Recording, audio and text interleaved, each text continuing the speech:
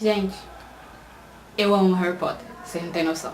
Eu li os livros a primeira vez quando eu tinha 9 anos, foi quando minha mãe me deu os livros presente. E eu vou parar por aqui, porque se eu for contar minha história com Harry Potter, vai tomar o vídeo inteiro. Eu tô até usando aqui minha sorte líquida, né, que na verdade foi feita meio toscamente. Você pode perceber que a pessoa que fez a poção não fez muito bem, porque a sorte líquida é pra ser transparente, não brilhante. E eu acho que é por isso que ela não funciona direito. Mas enfim, eu tenho um monte de trocinho desse Harry Potter e sei lá, um de paixão. Então, você já tem noção que eu fui ver esse filme com as expectativas muito, mas muito altas. Lembrando, como sempre, que este vídeo vai conter spoilers. Mas é isso aí, e o vídeo de hoje é sobre animais fantásticos e onde habitam.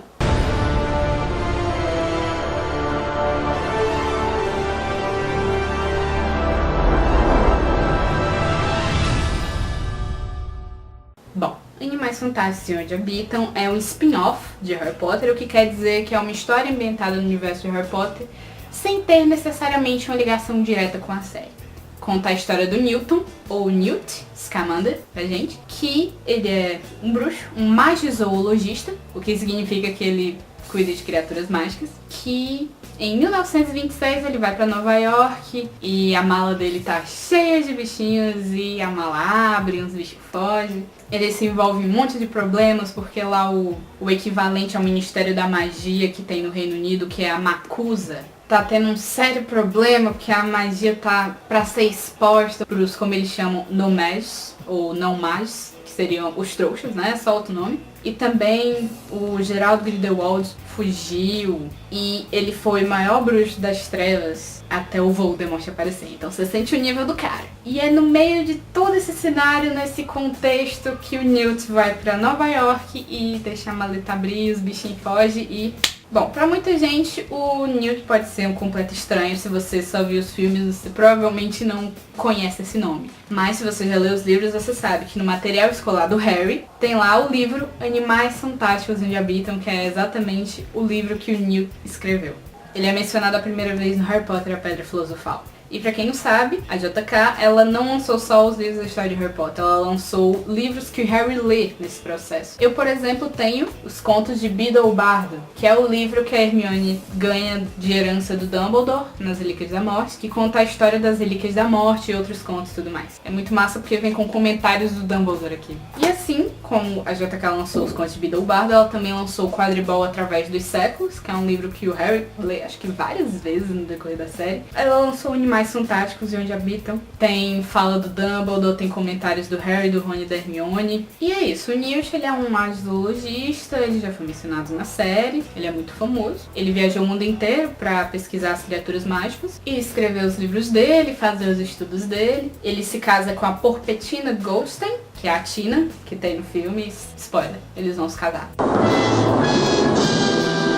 E ele tem um filho, um neto, e o neto dele se casa com a Luna. Isso mesmo, o neto do Newt se casa com a nossa querida Luna Mormont. Não tô nem aí que no final do filme tem lá ela e o Neville no momento fofinho, certo? Vamos dizer que eles namoraram por algum tempo e depois não deu certo. Você pode procurar informações do personagem tanto no Pottermore como na Wikipédia. Tem a biografia do personagem, tem falando dos livros. Animais Fantásticos Onde Habitam não vai ser um filme único, vai ser uma franquia de fucking abençoados 5 filmes. No papel principal, como Newt, nós temos o Ed Redmayne, que é o nosso querido ganhador do Oscar por A Teoria de Tudo e que também foi indicado pela A Garota Dinamarquesa. E eu adorei que o Ed entrou nesse mundo, porque, nossa, eu acho que deve ser o sonho de basicamente todo ator britânico fazer uma peça, um filme, qualquer coisa relacionada a Harry Potter. Foi uma ótima aquisição, sinceramente. Ele tem todo um jeitinho de Newt, o cara se garante demais, né? A estatuazinha lá de ouro que ele ganhou lá já diz tudo. Ele tem todo o jeitinho de Newt, ele conseguiu colocar muito bem, tipo, ele passa o filme inteiro.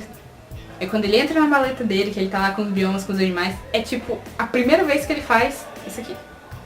Você vê como em pequenas coisas ele consegue construir o personagem. E sinceramente, naquela parte em que levam ele embora e ele pede pra não machucarem as criaturas, não sei o que lá. Nossa, acho que foi o momento daquele filme que me fez chegar mais perto de chorar. Eu nem chorei, eu fiquei só tremendo. Não foi nem o final, porque o final eu já imaginava como é que ia ser o final do final. Enfim, aquela parte foi a que pegou no meu heart, assim. Você vê que o cara se jogou mesmo e tá de aplauso, Ed. O Ezra Miller também me surpreendeu, porque eu não achei que o personagem dele fosse ser um garoto quietinho e que no fim das contas fosse ter uma importância. Eu com certeza achei que quem ia ter o obscuro e tudo mais ia ser lá a pivetinha e não ele. Eu fui considerar essa possibilidade já no último minuto, assim, já um segundo antes de revelarem que era ele. E você vê como ele também conseguiu transmitir muito do personagem com gestos, porque o Credence não tem basicamente nenhuma fala. Se você contar, dá pouquíssimas. E pra quem ficou meio tristinho da suposta morte do Credence, é basicamente uma certeza ele voltar, que não sei se vocês viram aquele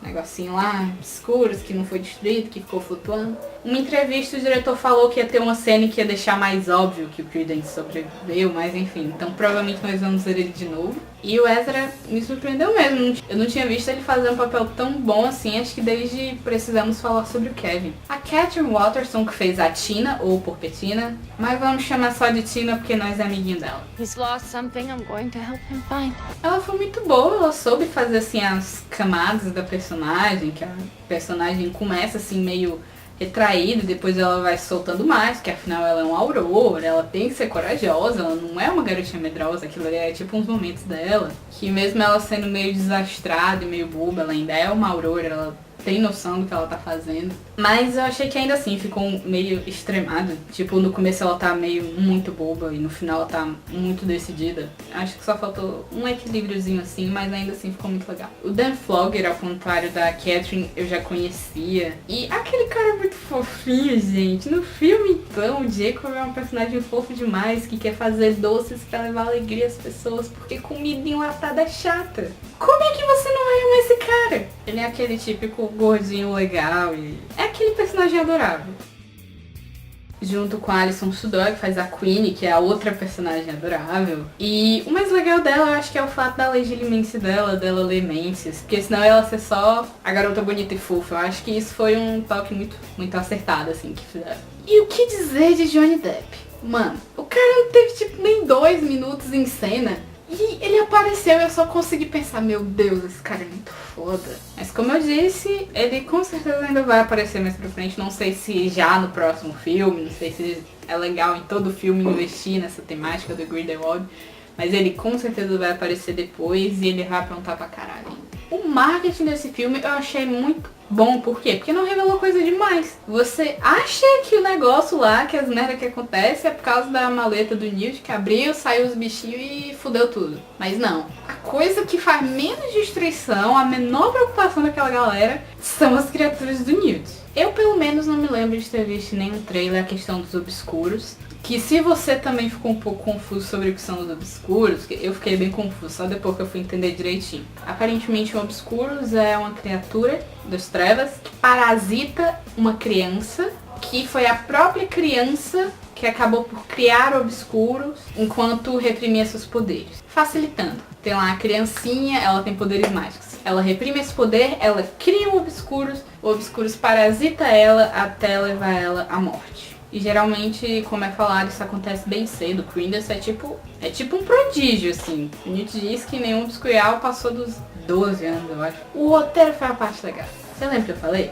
Animais Fantásticos de Onde Habitam é o nome do livro do Newt, que é um livro que fala sobre criaturas mágicas. Não tem a história desses 5 filmes escritos nesse livro. A não ser que eu esteja muito errado, mas tipo, aparentemente não tem. Ou seja, é uma história original e quem fez o roteiro foi a J.K., o que assim, dá uma segurança, pelo menos pra mim deu uma boa segurança quando eu vi que ela era roteirista. Ah, menina, tá receptuando essa porra desse filme, mas você show demais. E ela não desaponta, ela dá tudo aquilo que você já conhece, que você quer, que você gosta. Tem aquele gostinho de Harry Potter sem ser Harry Potter. Pra mim, o que melhor exemplifica isso é no começo. Quando passa a logo da Warner, tem a música de Harry Potter. Quando aparece a logo de Animais Fantásticos, começa uma musiquinha com uns toques diferentes. Eu fiquei tipo, ai meu Deus, eles têm a própria musiquinha, o tema deles. E eu achei a história bem redondinha, bem contada. Pode ser um filme único sem precisar das continuações, mas a gente sabe que graças a Deus vai ter as continuações. Ela deixa o gancho pro Newt, pro Grindelwald e pro Credence, que provavelmente vai ser aproveitado futuramente, mas que não necessariamente precisaria ser aproveitado. Não sei se vocês estão entendendo. O filme funciona sozinho, sem necessariamente precisar de mais, porque é uma coisa muito boa. Claro, sendo uma história da nossa querida J.K. Rowling, I Sarah J.K.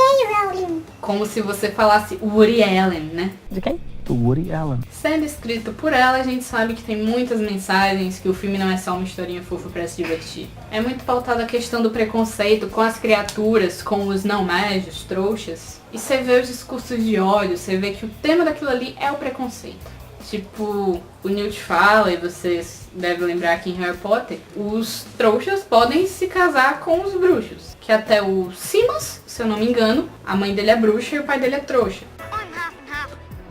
My dad's a muggle. Mom's a witch. Bit of a nasty shock for him when he found out. Sendo que nos Estados Unidos não pode, a Macusa não permite. O que pra mim é o que torna aquele cenário ideal pra a existência dos obscuros. Porque assim como a gente descobre Harry Potter, existem os bruxos nascidos trouxas, os bruxos que nascem em famílias trouxas, tipo a Hermione. E pelo menos pra mim deixou a entender que o Credence é um desses casos, ele é um nascido trouxa que foi reprimindo os poderes. Então assim, você percebe a construção do negócio desse jeito. E você vê como existe a questão do medo dos bruxos por serem revelados, e não é só preconceito com os trouxas, é também um medo que eles têm. E eu acho que isso também foi uma lição pra quem se pergunta, tipo, gente, mas por que o mundo bruxo não se revela? Não ia ser melhor pra eles? E tá aí, gente, eles quase foram revelados. Você vê que o pessoal tava, adorando a ideia de bruxos, né? Meu argumento sempre que alguém fala que os bruxos deveriam se revelar na história, eu fico tipo, gente, caça às bruxas nesse universo não deve ter sido um período nem um pouco bonito. Eles têm razão pra se esconder. Os efeitos são maravilhosos, assim como os de Harry Potter. Você esquece que aquilo ali é mentira. O visual dos animais também achei muito bom.